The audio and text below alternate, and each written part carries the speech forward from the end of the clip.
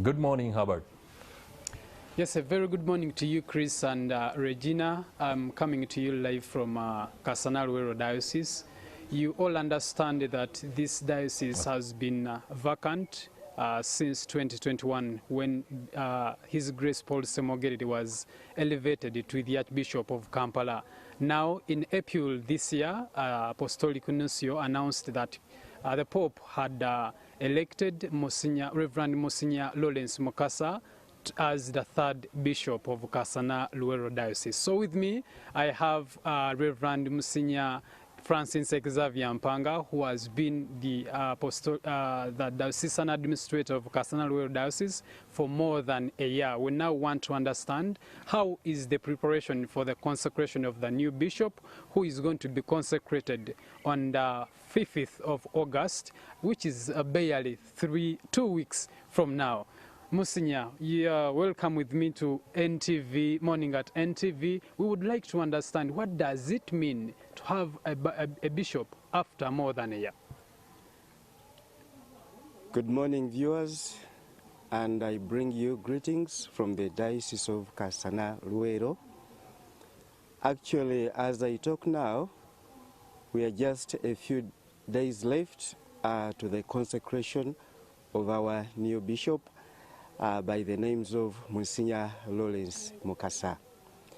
And as I talk now, we are in full gear in regards to the preparations of the consecration of our new bishop, and the organizing committee, which is headed by Reverend Father Kakoza Nyanzi Joseph.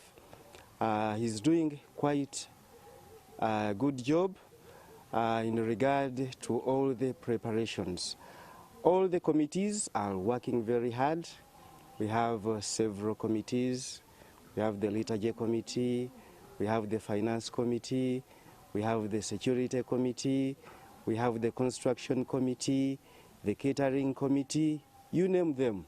But we are all working very hard such that this occasion may be a great success. I understand you've mentioned all of those committees, and they have been set up to mobilize resources and of course the public to attend this event. What was the budget like? What's the number of the guests that we expected to come at this consecration event? The budget as it stands, we have a budget of 1 billion shillings approximately, and efforts have been done on several levels so that we may be able to raise this amount of money. Various people have individually have committed themselves to donate generously towards this occasion. All our institutions are doing quite a big job to assist towards this occasion. Schools are raising money, health institutions are raising money, parishes are raising money, and actually we want to beat the deadline such that by this time we have the required amount of money. But still, we are organizing fundraising dinners. Already we have done one locally here in the diocese, which was done on the 28th of last month. It was the Eid day for the Muslims, and it went very well. We are looking forward to have another fundraising, especially as we reach out to our people who are outside the diocese. We are targeting mostly people around Kampala, and I think they will be able to assist us. I understand the incoming bishop, Msgr Lawrence Mukasa, he has been the Vicar General of Chinda Mityana Diocese, and we expect a big number of people from Mityana, of course, and of course the people of Kasana will be so excited to receive a new bishop. What is the number of the people that we may think is going to attend this event? We are anticipating about 10,000 people, and actually they might even be more, because the people from Mitiana, according to the meeting we had with them as we tried to organize for this function, they told us that we are coming in big numbers. Wow. And we shall overwhelm you by the numbers.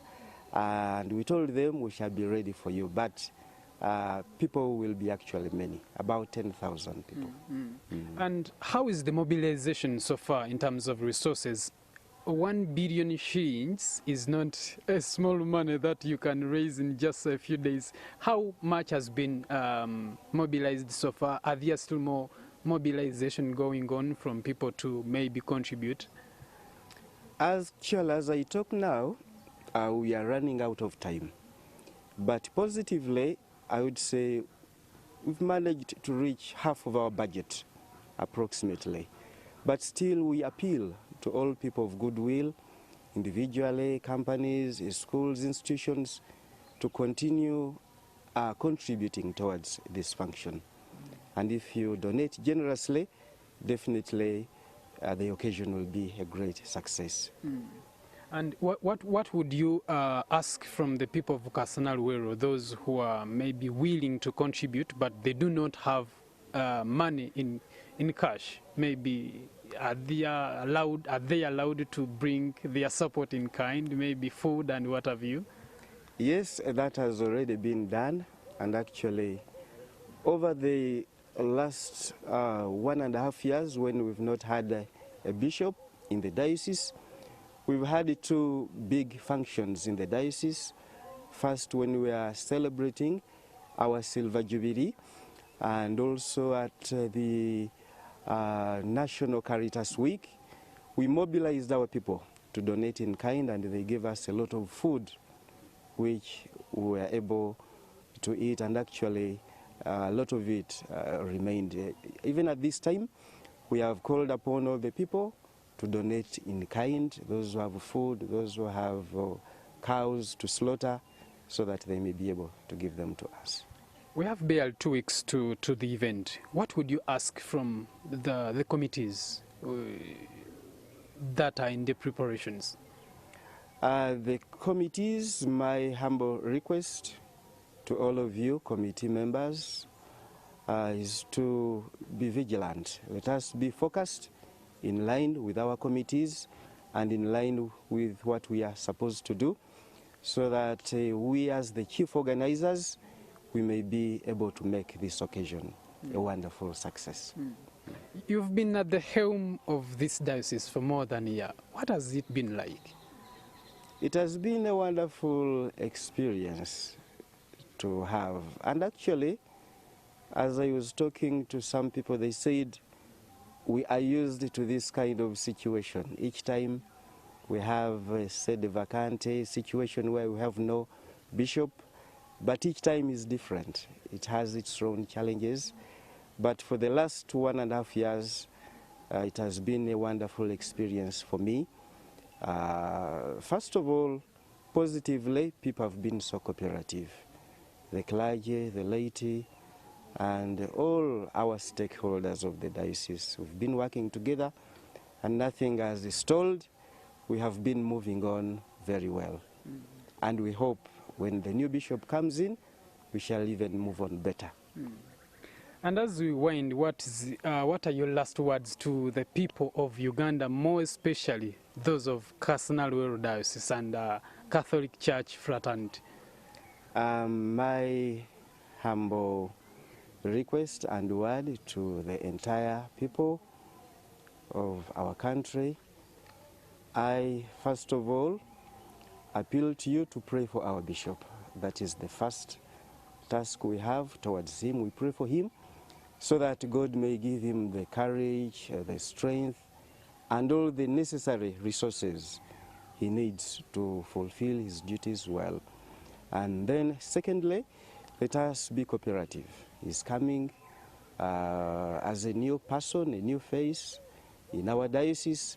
We have to work together. We have to use what we call the collaborative ministry in order to, bring up our diocese to greater heights. Thank you so much. Thank you for sparing time to talk to us about the preparations for the consecration of the new bishop. I want to come back to you, Priscilla and Chris in the studios, but I must tell you that this will be the third bishop of Kasana-Luweero Diocese. The first one was the late Archbishop Dr. Cyprian Kizito-Lwanga, who was the first one, and the second was His Grace Paul Semogerere. They were all elevated to Archbishop. Now we have a third bishop. We are expectant that maybe one time you also be elevated to Archbishop. I come back to you in the studio. My name is Herbert Kamoga here at Kasana-Luweero Diocese.